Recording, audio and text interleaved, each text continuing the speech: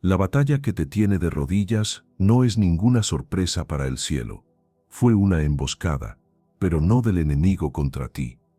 Fue una emboscada de Dios contra el plan del enemigo. Verás, tu vida no es un campo de batalla caótico, es un tablero de ajedrez cósmico, y en este tablero, el adversario mueve sus piezas con arrogancia, creyendo que te tiene en jaque, pero se olvida de quién está al otro lado del tablero. Tu Dios, el gran maestro, el estratega invencible. Y aquí está el secreto de esta estrategia divina.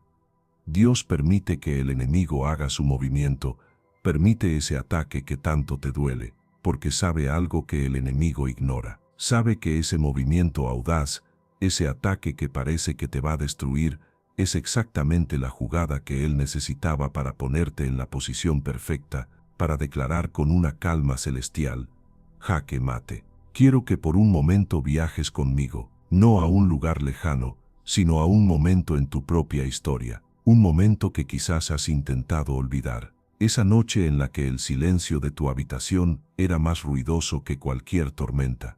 Esa llamada telefónica que dividió tu vida en un antes y un después. Esa conversación que te rompió el corazón, no como un cristal que estalla, sino como una piedra que se muele lentamente hasta convertirse en polvo. Recuerda esa sensación física, el nudo en la garganta que te impedía hablar, el frío que te recorría la espalda a pesar del calor, la sensación de que el suelo había desaparecido bajo tus pies. Fue el diagnóstico que te robó el aliento, la traición de alguien en quien confiabas ciegamente, la puerta de una oportunidad que se cerró con un estruendo que todavía en los momentos de silencio resuena en tus oídos. Ese es un lugar solitario, un lugar de una confusión tan profunda que parece niebla. Te arrodillas, quizás por primera vez en mucho tiempo, y tus oraciones se sienten vacías, como palabras que rebotan en el techo y caen al suelo sin ser escuchadas. Y en esa vulnerabilidad, en esa oscuridad, gritas por dentro: Dios, ¿dónde estás? Es que no ves esto, no ves la injusticia, el ataque, el dolor que me está desgarrando por dentro. Y justo ahí, en ese instante de máxima debilidad, una voz te susurra al oído. No es una voz fuerte, es un veneno sutil. Te dice: te abandonó, no le importas, si le importaras, no permitiría esto. Estás solo, estás acabado, este es el fin de tu historia. Hoy, en Dios milagro divino, hoy, estamos aquí para declarar con toda la autoridad del cielo que esa voz es, y siempre será, una mentirosa. Estamos aquí para decirte que lo que tú llamas un ataque devastador, Dios lo llama una oportunidad divina. Lo que tú llamas una crisis que te rompe, Dios lo llama un reposicionamiento estratégico que te fortalece. La batalla que hoy te tiene de rodillas, pensando que es tu final, no es ninguna sorpresa para el cielo. Fue una emboscada, sí, pero la noticia que cambiará tu vida es esta: no fue una emboscada del enemigo contra ti, fue una emboscada de Dios contra el plan del enemigo. Nos han enseñado a ver la vida como un campo de batalla caótico, pero la verdad es más profunda y mucho más brillante. Nuestra vida es un tablero de ajedrez cósmico, y en este tablero, el adversario es un jugador predecible. Su arrogancia le ciega, mueve sus piezas con una estrategia simple: el miedo, la duda, la inseguridad. Usa el peón de una ofensa para amenazar tu paz. Desliza el alfil de la calumnia para atacar tu reputación. Posiciona el caballo de la preocupación para acorralar tus finanzas, y se sienta cruzado de brazos sonriendo, creyendo que por fin te tiene en jaque. Pero se olvida de quién está sentado al otro lado del tablero. Al otro lado está tu Dios, el gran maestro, el estratega invencible. Su silencio no es ausencia, es concentración. Su paciencia no es indiferencia, es sabiduría. Él no solo ve la jugada que el enemigo acaba de hacer, él ya vio las 10.000 jugadas que le siguen. Él no reacciona, él ya ha preparado el camino. Y aquí yace el secreto de esta estrategia divina. Dios, en su soberanía infinita, a menudo permite que el enemigo haga su movimiento. Permite que mueva esa pieza que te causa tanto dolor, porque Él en su genialidad sabe algo que el enemigo ignora. Sabe que ese movimiento audaz, ese ataque que parece que te va a destruir, es exactamente la jugada que él necesitaba para ponerte en la posición perfecta, para mirar a través del tablero y declarar con una calma celestial: jaque mate. El enemigo en su orgullo cree que te está atacando, cuando en realidad solo está moviendo sus piezas directamente hacia la trampa perfecta que Dios, tu Padre, ya ha diseñado por amor a ti. Así que hoy vamos a tirar de la cortina del mundo espiritual. Y si esa persecución que sientes no es un muro, sino un trampolín que te impulsa más alto y más rápido de lo que podrías haber ido por tu cuenta, y si el veneno que el enemigo ha inyectado en tu vida, la traición, la amargura, la pérdida, Dios lo está usando como ingrediente principal para crear tu antídoto personal, dándote una fortaleza que nunca habrías conocido. Y si las llamas que hoy sientes que te consumen son en realidad la forja divina, diseñada para purificar tu fe y revelar un brillo que la comodidad nunca podría producir. Si hoy te sientes bajo ataque, si crees que estás perdiendo la batalla, si esa voz te ha convencido de que estás solo, quédate conmigo, porque tu perspectiva no solo está a punto de cambiar, tu identidad está a punto de ser restaurada. Comencemos con la primera pieza de esta estrategia divina, una verdad tan poderosa que cambiará la forma en que ves cada obstáculo en tu vida. Es esta: el ataque que enfrentas no está diseñado para detenerte, está diseñado para acelerarte. Piénsalo de esta manera. Como seres humanos, amamos la comodidad, oramos por paz, por estabilidad, por una vida tranquila. Pero la comodidad, aunque agradable, tiene una hermana peligrosa: la inercia. Cuando todo está bien, dejamos de crecer, dejamos de esforzarnos, nos instalamos en nuestra zona de confort espiritual, un lugar donde nuestra fe se vuelve tibia y nuestro propósito se duerme. Creemos que estamos en paz, cuando en realidad estamos estancados. Ahora, imagina un cohete en su plataforma de lanzamiento. Es una máquina de un poder inmenso, diseñada para alcanzar las estrellas, pero mientras esté en la plataforma, no es más que una escultura de metal. ¿Qué se necesita para que cumpla su propósito? No se necesita un suave empujón, no se necesita una brisa favorable, se necesita una explosión, se necesita una fuerza violenta, controlada y dirigida debajo de él, que lo empuje con tal furia que pueda romper la aplastante ley de la gravedad. Esa explosión, esa fuerza violenta, es el ataque en tu vida. La persecución, la crisis, la oposición, no son el enemigo de tu propósito, son el combustible, son la fuerza que Dios permite para sacarte de tu plataforma de lanzamiento, para romper la gravedad de tu comodidad y lanzarte hacia la órbita de tu destino. Sin esa presión, sin esa explosión, te quedarías en tierra para siempre, soñando con las estrellas en lugar de alcanzarlas. Vemos este principio divino en uno de los relatos más extraordinarios de la Biblia, la historia de un joven pastor llamado David, frente a un gigante llamado Goliat. Cierra los ojos e imagina la escena. El valle de Ela, dos ejércitos paralizados. Por un lado, el ejército de Israel, el pueblo de Dios, encogido de miedo. Por el otro, los filisteos, y saliendo de sus filas, un hombre que era más un monstruo que un soldado, Goliat. Su armadura pesaba más que un hombre promedio, su lanza parecía la viga de un telar, su voz, amplificada por el valle, era un trueno que durante 40 días había humillado y aterrorizado a los hombres más valientes de Israel. Goliat no era solo un problema, era la personificación de lo imposible, era el diagnóstico terminal, la quiebra inevitable, la traición que te deja sin fuerzas. Era un gigante que gritaba: tu Dios no puede salvarte, ríndete. Y en medio de este teatro del miedo, llega David.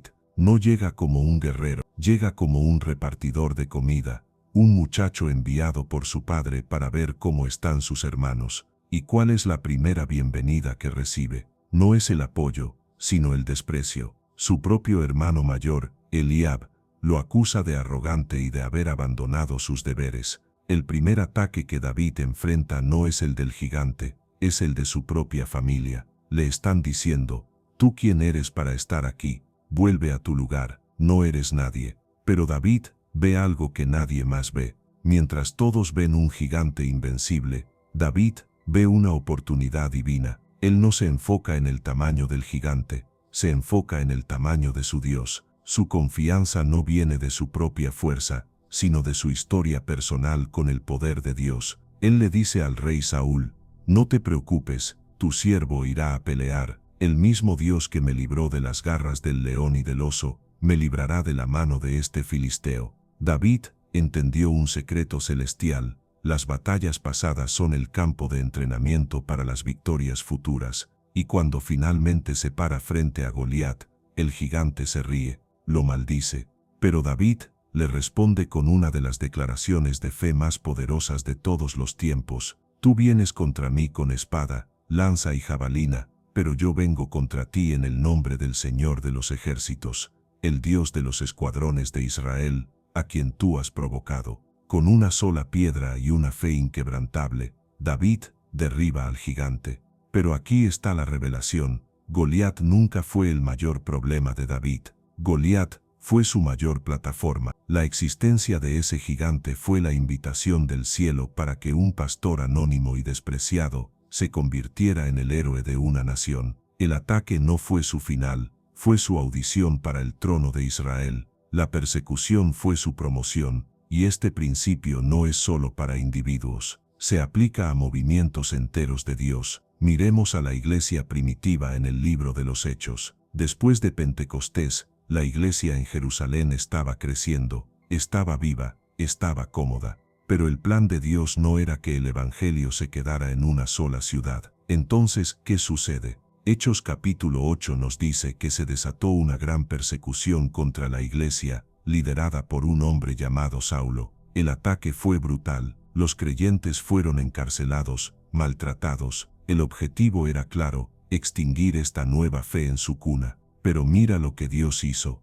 La Biblia dice que todos, excepto los apóstoles, fueron esparcidos por las regiones de Judea y Samaria, y los que fueron esparcidos iban por todas partes anunciando el evangelio. ¿Te das cuenta? El mismo acto diseñado para destruir la iglesia fue el mecanismo que Dios usó para hacerla explotar geográficamente. El ataque no detuvo la misión, la aceleró de una manera que la comodidad nunca podría haber logrado. La persecución que buscaba silenciarlos se convirtió en el megáfono de Dios para el mundo. Ahora, quiero que pienses en tu propia vida. ¿Cuál es el gigante que te está provocando hoy? ¿Cuál es la voz de la crítica, del desprecio que te dice: tú no puedes? ¿Qué persecución te está obligando a salir de tu Jerusalén, de tu zona de confort? Te invito a cambiar tu perspectiva. Esa fuerza que te empuja no viene a destruirte, viene a lanzarte. Ese ataque no es un muro, es el combustible del cohete. Tal vez la puerta que se cerró violentamente en tu cara no era un rechazo, era la protección divina que te obligaba a tomar un camino mejor. Tal vez no estás siendo expulsado, estás siendo promovido. Deja de ver el ataque como una señal de que Dios te ha abandonado. Empieza a verlo como una evidencia de que Dios está a punto de usarte. Porque en el reino de Dios, la oposición no es el final de la historia, es el comienzo de tu ascenso. Si el primer acto de la estrategia divina nos enseña que el ataque es un acelerador, el segundo acto nos lleva a un nivel de intimidad y genialidad que solo Dios puede orquestar. Es una verdad que puede ser difícil de aceptar al principio, pero una vez que la comprendes, te llena de una paz y una confianza inquebrantables. Es esta: Dios no solo desvía las armas del enemigo, Él las recicla. El veneno que el enemigo usa para intentar matarte, Dios lo usa como el ingrediente principal de tu antídoto. Pensemos en el concepto de la alquimia divina. Los antiguos alquimistas soñaban con convertir el plomo, un metal común y sin valor, en oro puro. Era una búsqueda imposible para el hombre. Pero en el laboratorio de la vida, Dios es el maestro alquimista. Él toma las circunstancias más oscuras, más dolorosas y sin valor de tu vida. El plomo del fracaso, de la traición, de la enfermedad, y a través de un proceso misterioso y santo, las transforma en el oro puro de tu carácter, de tu sabiduría y de tu propósito. Imaginémoslo de esta otra manera, una que es aún más personal. Para crear una vacuna o un antídoto, Los científicos a menudo necesitan usar una versión debilitada o una parte del propio virus o veneno. Para hacerte inmune, necesitan exponerte de manera controlada a la misma cosa que podría hacerte daño. Tu sistema aprende a reconocerlo, a combatirlo y a desarrollar una defensa tan fuerte que, la próxima vez que te enfrentes a ese agente, ya no tiene poder sobre ti. Esto es exactamente lo que Dios hace en el ámbito espiritual. Él toma la esencia misma del ataque en tu contra y la usa para construir en ti una inmunidad y una autoridad en esa área específica. El arma que el enemigo blande contra ti, sin saberlo, revela la misma habilidad que Dios está forjando dentro de ti. La historia más completa y detallada de este principio en toda la Biblia es la vida de un hombre llamado José. Su historia no es un cuento de hadas, es un manual de entrenamiento sobre cómo Dios transforma el veneno en poder. José comienza como un joven soñador, el hijo favorito, envuelto en un manto de colores que simbolizaba el favor de su padre. Pero ese mismo favor se convirtió en el blanco del odio de sus hermanos. Y aquí llega el primer veneno, la traición familiar. Lo arrojan a un pozo, ignoran sus súplicas y lo venden como si fuera un animal. ¿Puedes imaginar ese dolor? La herida más profunda no es la de un extraño, sino la de aquellos que deberían haberte protegido. Ese veneno de la trajanza podría haberlo convertido en un hombre amargado, cínico y vengativo para el resto de su vida. Pero Dios, el maestro alquimista, comenzó a trabajar. En Egipto, lejos de su familia, José tuvo que aprender a sobrevivir sin rencor. Esa herida abierta se convirtió en el campo de entrenamiento para el perdón. Años más tarde, cuando se convirtió en el segundo hombre más poderoso de Egipto, no usó su poder para aplastar a sus hermanos, sino para salvarlos. ¿Por qué? Porque el veneno de la traición, en las manos de Dios, se había convertido en el antídoto del perdón radical y el liderazgo compasivo. Pero la prueba no había terminado. En la casa de Potifar, José prospera, demuestra una integridad y una excelencia impecables. Y entonces llega el segundo veneno, la falsa acusación. La esposa de Potifar, despechada, lo acusa del mismo pecado que él se negó a cometer. Por hacer lo correcto, José es castigado, es arrojado a la cárcel. El veneno de la injusticia corre por sus venas. Podría haberse rendido, pensando, ¿de qué sirve ser fiel a Dios si este es el resultado? Pero en la oscuridad de esa prisión, Dios continuó su alquimia. José aprendió a administrar, a liderar y a operar con excelencia incluso cuando nadie lo veía, cuando no había recompensa alguna. La prisión se convirtió en su campo de entrenamiento para el palacio. El veneno de la injusticia, en las manos de Dios, se convirtió en el antídoto de la integridad inquebrantable, una cualidad esencial para manejar la riqueza y el poder de una nación. Y aún quedaba una prueba más, quizás la más sutil y dolorosa de todas. En la cárcel, interpreta los sueños del copero del faraón y le pide que se acuerde de él cuando sea liberado. El copero es restaurado a su posición y la esperanza de José se enciende. Pero la Biblia nos dice algo desgarrador: el copero se olvidó de José. Durante 2 años más, José se pudrió en esa celda. Este es el tercer veneno, el veneno de ser olvidado, la agonía de la esperanza diferida. Ese olvido podría haber destruido su fe por completo, pero en esos 2 años de silencio, Dios completó su obra maestra. Despojó a José de su última pizca de confianza en los hombres y lo forjó en una dependencia total y absoluta de la soberanía y el tiempo de Dios. El veneno del olvido se convirtió en el antídoto de la paciencia divina y la fe pura. Y cuando finalmente salió de la prisión, no era el mismo joven soñador. Era un hombre forjado, preparado, calificado por cada gota de veneno que había soportado. Por eso al final de su vida, pudo mirar a sus hermanos a los ojos y pronunciar esas palabras inmortales, que son el resumen de toda esta estrategia divina. Ustedes pensaron hacerme mal, pero Dios lo encaminó a bien, para hacer lo que vemos hoy, mantener con vida a un pueblo numeroso. Y esta verdad no es solo para el Antiguo Testamento. El apóstol Pablo, uno de los gigantes de nuestra fe, vivió esta misma realidad. En 2 Corintios, nos habla de un aguijón en la carne, un mensajero de Satanás, que lo abofeteaba constantemente. No sabemos qué era, una enfermedad, una persona, una tentación, pero era un veneno persistente en su vida. Y Pablo, el gran apóstol, hizo lo que cualquiera de nosotros haría, le rogó a Dios que se lo quitara. No una, sino 3 veces, le suplicó al sanador que lo sanara. Pero la respuesta de Dios no fue la que él esperaba. Dios no le dijo, lo quitaré. Le dijo algo mucho más profundo, bástate mi gracia, porque mi poder se perfecciona en tu debilidad. En otras palabras, Dios le estaba diciendo, Pablo, ese aguijón, ese veneno, no lo voy a quitar, porque he decidido usarlo como el recipiente permanente de mi poder. Tu debilidad será el escenario donde mi fuerza se exhibirá al mundo. Y Pablo, al entender esto, cambió su perspectiva por completo y declaró, por tanto de buena gana me gloriaré más bien en mis debilidades, para que repose sobre mí el poder de Cristo. Aprendió a ver su herida como el lugar de la presencia de Dios. Así que ahora, mira de cerca tu propia vida. Mira el veneno específico que el enemigo ha intentado inyectar en ti. Es el veneno de la soledad. Dios lo está usando para enseñarte una intimidad con Él que la compañía humana nunca podría darte. Es el veneno de la escasez y la necesidad.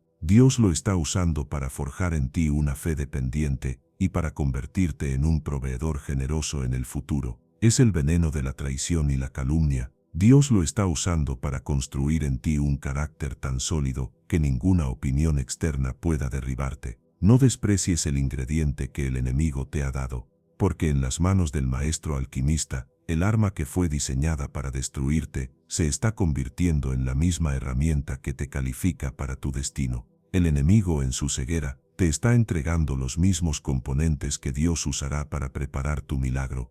Hemos visto cómo Dios usa el ataque para acelerarnos y cómo recicla el veneno para sanarnos. Pero hay un tercer nivel en la estrategia divina, una dimensión que trasciende nuestra lógica y nos sumerge en el corazón mismo de la soberanía de Dios. Hay pruebas que no vienen a enseñarnos una lección, ni a darnos una nueva habilidad. Hay pruebas cuyo único propósito es una demostración pública del poder y la gloria de Dios. Son momentos en los que Dios te pone en una situación humanamente imposible, no para ver si tú sobrevives, sino para que el mundo entero vea quién sobrevive en ti. Esto es lo que yo llamo la teología del horno de fuego. El profeta Isaías, hablando en nombre de Dios, nos da una promesa que es el fundamento de esta verdad. En Isaías 43, versículo 2, Dios declara: Cuando pases por las aguas, yo estaré contigo, y si por los ríos, no te anegarán. Cuando pases por el fuego, no te quemarás, ni la llama arderá en ti. Fíjate bien en la promesa. No dice si pasas, dice cuando pases. Dios nunca prometió una vida sin pruebas, pero sí prometió su presencia incondicional en medio de ellas. La promesa no es la ausencia del fuego, sino la inmunidad divina dentro de él. Imagina una espada legendaria. No se crea con un simple golpe de martillo sobre un metal frío. Para forjar un acero que sea a la vez fuerte y flexible, un arma que pueda resistir cualquier batalla, el metal debe ser sometido a un proceso brutal. Es calentado a temperaturas extremas, hasta que pierde su forma y se vuelve maleable. Luego, es golpeado sin piedad, una y otra vez. Se dobla, se le da forma, y luego es sumergido violentamente en agua fría, un choque que fija su nueva estructura. Este ciclo de fuego y presión se repite sin cesar. Es un proceso de destrucción y reconstrucción. La espada no es fuerte a pesar del fuego,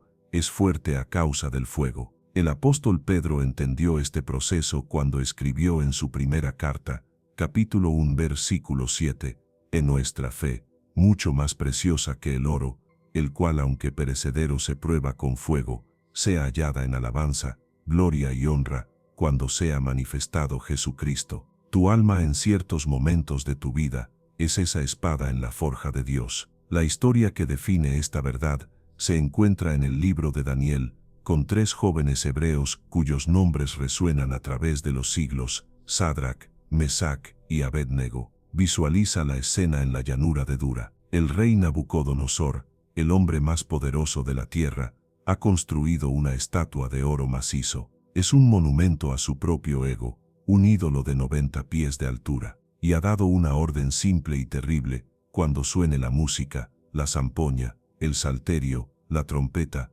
todos, sin excepción, deben postrarse y adorar la estatua. La consecuencia de la desobediencia es absoluta. Daniel 3:6 lo dice sin rodeos: cualquiera que no se postre y adore, inmediatamente será echado dentro de un horno de fuego ardiendo. La música suena, y una nación entera se postra. Gobernadores, jueces, príncipes, la élite del mundo conocido cae de rodillas, excepto tres jóvenes que se niegan a comprometer su lealtad a su Dios, recordando el mandamiento: no tendrás dioses ajenos delante de mí. Los acusan ante el rey, cuya furia es tan intensa como el horno que ha preparado. Los trae ante su presencia y les da una última oportunidad, una mezcla de amenaza y burla. Les pregunta: ¿y qué Dios será aquel que os libre de mis manos? Es la pregunta de todo escéptico, la pregunta del enemigo en cada prueba. ¿Realmente crees que tu Dios puede hacer algo aquí? Pero escucha su respuesta. No es arrogante, no es desafiante, es una declaración de fe tan pura que silencia el cielo. La leemos en Daniel 3, versículos 17 y 18. He aquí nuestro Dios a quien servimos puede librarnos del horno de fuego ardiendo, y de tu mano, oh Rey, nos librará. Y si no, que sepas, oh Rey, que no serviremos a tus dioses, ni tampoco adoraremos la estatua que has levantado. Analicemos esto: nuestro Dios puede librarnos. Esa es la fe en su poder, pero el y si no, esa es la fe en su soberanía. Es una fe que no depende del resultado. Es una lealtad que no está condicionada a la liberación. Es una fe que dice: mi Dios puede rescatarme, y creo que lo hará. Pero aunque Él en su infinita sabiduría decida no hacerlo, mi adoración y mi obediencia no cambian. Yo no le sirvo por lo que Él hace, le sirvo por quién es Él. El rey, enfurecido por esta calma inquebrantable, ordena que el horno se caliente 7 veces más de lo normal. Tan caliente, nos dice la Escritura, que las llamas mataron a los soldados que los arrojaron dentro. Y Sadrac, Mesac y Abednego caen atados en medio del infierno. Para el mundo, es una ejecución, es el final. Pero entonces, sucede el milagro. El rey se levanta, espantado, y pregunta a sus consejeros: ¿no echamos a 3 varones atados dentro del fuego? Ellos responden: es verdad, oh rey. Y él declara, con ojos llenos de asombro: he aquí yo veo 4 varones sueltos, que se pasean en medio del fuego sin sufrir ningún daño, y el aspecto del cuarto es semejante al Hijo de los dioses. Aquí está la revelación de la forja. El fuego no quemó sus cuerpos. De hecho, la Biblia nos dice que cuando salieron, ni un cabello de sus cabezas se había quemado, sus ropas estaban intactas, y ni siquiera olor de fuego tenían. Pero el fuego sí quemó algo, quemó sus ataduras. Entraron atados, y salieron libres. El fuego no solo no los consumió, sino que reveló la presencia de un cuarto hombre caminando con ellos en medio de las llamas: Jesucristo mismo, el Hijo de Dios. El intento de ejecución se convirtió en una manifestación divina tan poderosa que Nabucodonosor, el rey pagano, terminó bendiciendo al Dios de Sadrac, Mesac y Abednego, y decretando que nadie en su imperio podía hablar en contra de él. El propósito del horno no era refinar a los 3 jóvenes, su fe ya era pura. El propósito era cambiar la opinión de un imperio, era una demostración pública. Y hoy, hay hornos de fuego en nuestras vidas. Un diagnóstico médico que la ciencia declara incurable, una quiebra financiera de la que los expertos dicen que es imposible recuperarse, una pérdida tan devastadora que el mundo espera que te derrumbes. Si estás en un fuego así, quiero que te aferres a esta verdad. Quizás esta prueba no es para enseñarte algo nuevo, quizás es para demostrarle al mundo que te rodea, a tus amigos, a tu familia, a tus detractores, que no estás solo, que en medio de las llamas más intensas,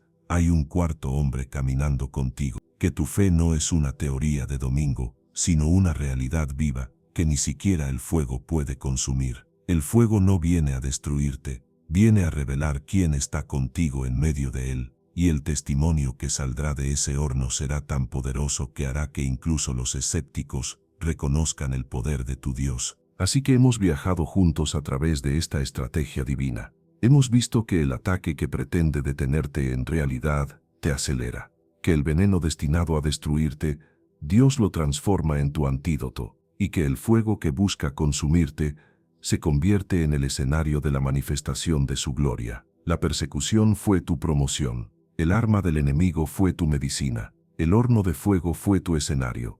Pero hay una última pieza en este plan maestro, la conclusión de esta conspiración divina, la prueba final de tu victoria, y se encuentra en algo que muchos de nosotros, por dolor o por vergüenza, intentamos esconder: tus cicatrices. Cuando Jesús resucitó de entre los muertos, su cuerpo fue glorificado. Podía atravesar paredes, aparecer y desaparecer. Era un cuerpo perfecto, celestial, ya no sujeto a las leyes de este mundo, pero conservó algo de su vida terrenal. Conservó sus cicatrices, los agujeros en sus manos, en sus pies, la herida en su costado. ¿Por qué? Si era un cuerpo perfecto, ¿por qué guardar las marcas de su mayor sufrimiento? Porque esas cicatrices ya no eran un símbolo de su dolor, se habían convertido en el recibo de su victoria. Eran la prueba irrefutable, la evidencia forense para todo el universo de que la muerte había sido derrotada, que el pecado había sido pagado, que la tumba estaba vacía. Sus cicatrices no eran un recordatorio de su herida, eran sus credenciales como rey victorioso, el cordero que fue inmolado y que ahora vive para siempre. Y fue a través de esas cicatrices que la fe de sus seguidores fue restaurada. Cuando Tomás, un hombre honesto en su duda, declaró valientemente en Juan capítulo 20, «Si no viere en sus manos la señal de los clavos, y metiere mi dedo en el lugar de los clavos, y metiere mi mano en su costado, no creeré». ¿Qué hizo Jesús 8 días después? No le mostró su poder, no le dio un sermón, simplemente se le apareció, le mostró sus manos y le dijo: «Pon aquí tu dedo y mira mis manos, y acerca tu mano y métela en mi costado, y no seas incrédulo, sino creyente». Y ante esa prueba tangible de amor y victoria, ante esas cicatrices redentoras, Tomás solo pudo arrodillarse y hacer la confesión más grande de todas: «Señor mío y Dios mío». Tus cicatrices tienen el mismo poder. La herida de esa traición, una vez sanada por el perdón de Dios, se convierte en una cicatriz. La marca de esa adicción, una vez vencida por su gracia, se convierte en una cicatriz. La memoria de esa depresión, una vez iluminada por su esperanza, se convierte en una cicatriz. Y esas cicatrices no son algo de lo que debas avergonzarte. Son la fuente de tu mayor autoridad. Son el mapa de tu victoria. Son la prueba de que sobreviviste a lo que intentó destruirte, no por tu propia fuerza, sino por la gracia de aquel que caminó contigo en el fuego. Tu ministerio más poderoso no nacerá de tus talentos, sino de tus cicatrices. Nadie tiene más autoridad para hablarle a un adicto que alguien que ha sido liberado de la adicción. Nadie puede consolar a un corazón roto con más autenticidad que alguien que ha visto a Dios remendar el suyo. Tu dolor más profundo, una vez redimido por Cristo, se convierte en tu plataforma más efectiva para traer sanidad a otros. Así que deja de esconder tus cicatrices. Son el testimonio silencioso, pero innegable de la fidelidad de Dios. El enemigo, en su infinita arrogancia, siempre sobreestima su propio poder y subestima la genialidad de tu Dios. Él pensó que al vender a José, estaba destruyendo a un soñador, pero solo estaba enviando al futuro Salvador de Egipto. Pensó que al perseguir a David, estaba eliminando a un pastorcillo, pero solo lo estaba entrenando para ser rey. Pensó que al encender un horno, estaba ejecutando a 3 rebeldes, pero solo estaba organizando una reunión de avivamiento para todo un imperio. Y pensó que al clavar a Jesús en una cruz, estaba derrotando a Dios, pero solo estaba cumpliendo la profecía, poniendo los cimientos para la salvación de toda la humanidad. La tumba no fue el final, fue el vientre de la resurrección. Así que la próxima vez que sientas el ataque, la próxima vez que el fuego arrecie, la próxima vez que el enemigo te muestre tus heridas, levanta la cabeza. No eres una víctima esperando la destrucción, eres un soldado en medio de una estrategia divina. Sonríe, porque lo que el enemigo pretende para mal, Dios lo está transformando para bien. Él cree que está cavando tu tumba, cuando en realidad solo está poniendo los cimientos de tu trono.